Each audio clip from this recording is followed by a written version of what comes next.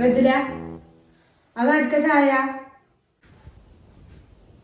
ഇത് ഇക്കാക്കാണ്. ആ, റഷീദിനാണ് ഈ കാട്ട്, ഞാൻ കൊടുക്കാലോ. ഇമ്മ പറഞ്ഞു കൊണ്ടുപോയി കൊടുക്കാന്. ആന്റിയോ? അതിപ്പോ എന്തേ ആന്റിക്ക് അങ്ങനെ ഒരു വർത്താനം?